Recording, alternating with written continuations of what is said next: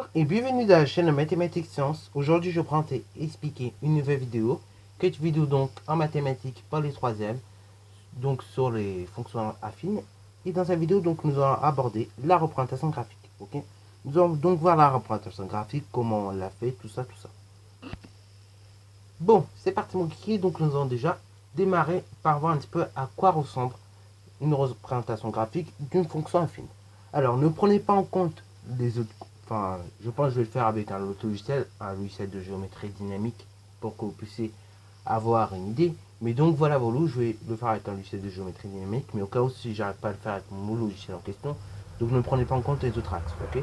Là donc, on va parler des fonctions affines et de la représentation graphique, qui va s'afficher juste là.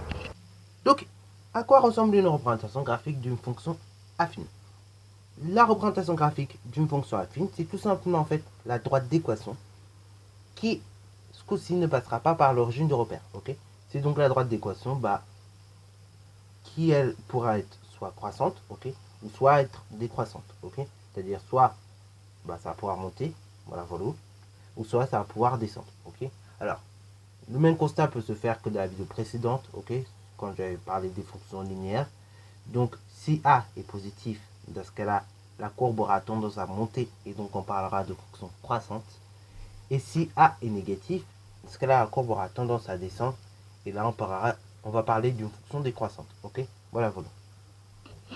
Bon, ne vous inquiétez pas, ceux qui ne comprennent pas ce que c'est qu'une fonction croissante ou décroissante, vous aurez donc en seconde une partie qui va bien traiter de ça. Ok, une grosse partie de fonction quand même, mais qui pourra traiter de fonction croissante, décroissante.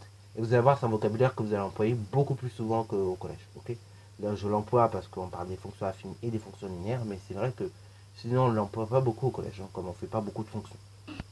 Donc ici, vous avez la droite d'équation telle que y est égal à ax plus b. Ok, voilà, voilà. C'est-à-dire tout nombre que tu vas obtenir en fait en ordonnée, et va falloir tout simplement que tu prennes ton nombre x qui est en abscisse, et donc ton nombre x, tu vas lui subir son produit par a, et tu vas lui ajouter donc b. Ok, tu vas lui ajouter b ou bien lui retrancher b. Ça va dépendre des cas, des situations. Ok, là dans mon cas par exemple, on va retrancher 2. Donc on va, si j'avais à le mettre avec des lettres, ça serait du coup on retrancherait b. Voilà, voilà. Donc maintenant je vous ai parlé et on a vu à quoi ressemble une représentation graphique d'une fonction affine. Alors là, accrochez-vous bien et ouvrez bien vos oreilles. C'est pas difficile à faire, hein, la représentation graphique. Mais encore une fois, il faut bien écouter parce que là, c'est bien expliqué. Et donc, j'ai beaucoup de choses à dire là-dessus. Bon, pour représenter une fonction affine ou bien une fonction linéaire, on a toujours besoin de 2 points. Dans le cas de la fonction linéaire, c'est simple.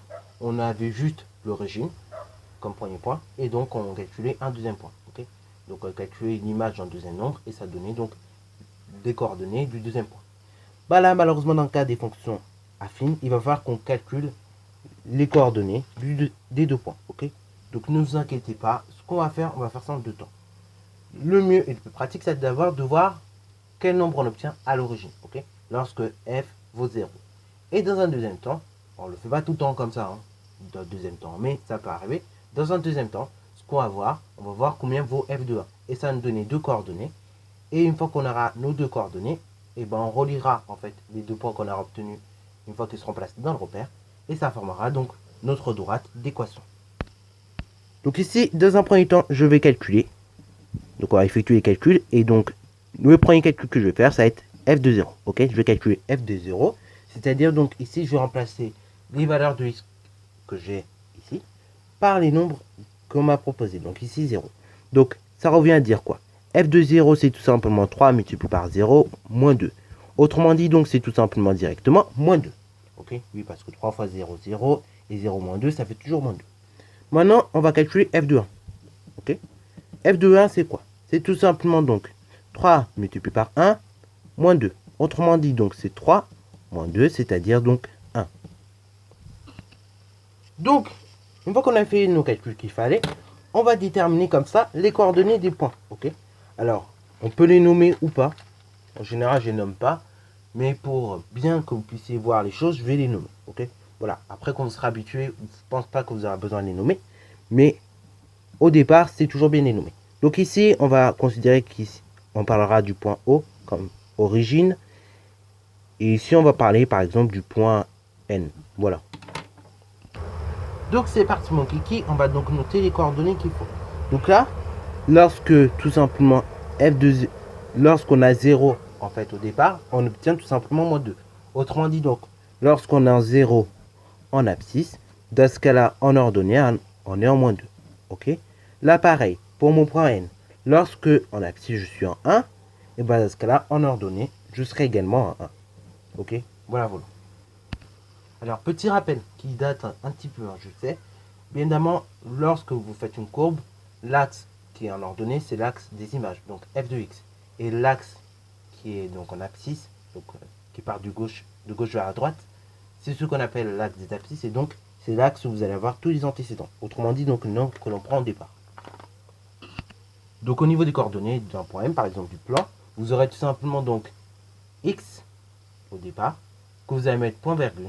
Derrière, vous mettez un point virgule et après vous mettez f de x. Ok. Bon, là, pareil, j'ai pas mis d'unité spécialement. Donc, on va considérer qu'on va aller jusqu'à 5 déjà en abscisse. Ok. Donc, de 0 en 5 et donc de 0 en moins 5. Après, donc en ordonnée, on va considérer qu'on va aller jusqu'à 10. Ok. Donc, 10 et moins 10. Bien évidemment, les unités, c'est moi qui vais choisir. Après, vous faites votre repère comme vous voulez et avec les unités que vous voulez. Ok. Parce que c'est vrai que je ne vais pas donner d'unité. Dans ce cas, vous faites un peu comme vous voulez.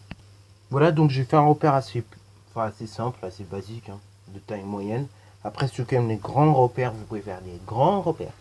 Et ceux qui aiment les plus petits repères encore que ça, bah, vous pouvez en faire un plus petit. Moi, je fais une taille moyenne comme ça. Bah, on arrive à voir, mais en même temps, c'est pas trop grand pour la feuille. Bon, du coup, là, on va placer nos points. Donc ici, on va placer notre point O. Donc en abscisse, on a 0. Et donc en ordonnée, on a moins 2. Donc ici, on va placer notre point O. De coordonnées 0, moins 2. Voilà, donc il est là. Et on va placer notre deuxième point, notre point N, de coordonnées 1, 1. C'est-à-dire donc en abscisse, lorsqu'on a 1, en ordonnée, donc on a 1. Donc ici, c'est les coordonnées du point N. Voilà, voilà. Une fois que c'est fait, c'est très bête, mais assez simple à faire. On va relier donc nos deux points, donc nos points O et N. Et en fait, lorsqu'on va relier ces deux points, la courbe que vous obtenez, donc la droite que vous obtenez, c'est la courbe de votre fonction f. Ok. Bon, on peut dire la courbe de la fonction f ou bien la droite d'équation de cette fonction-là. Ok. Bon, si vous préférez le terme courbe, vous pouvez tout simplement également le noter comme ça. Donc, un C comme cercle et après donc un petit f comme ci-dessous. Ok. Voilà, voilà. Donc, voilà comment on fait la représentation graphique d'une fonction affine. Encore une fois, c'est pas très difficile à refaire, je pense. Juste, il faut bien écouter et bien comprendre. Bah, surtout l'étape où on fait les calculs, ok, les calculs d'image. Et après, bah, une fois que c'est fait, vous allez voir, c'est pas très difficile à faire. C'est comme un jeu d'enfant. Vous allez voir, vous allez très vite vous y faire. Ok. C'est vrai que c'est assez dur au début, mais après, on s'y fait très vite. Voilà, voilà. Sur ce, c'est la fin de cette vidéo. J'espère qu'elle vous aura plu. N'hésitez d'ailleurs pas à la liker, commenter et bonne reste à toi en mathématiques et en sciences.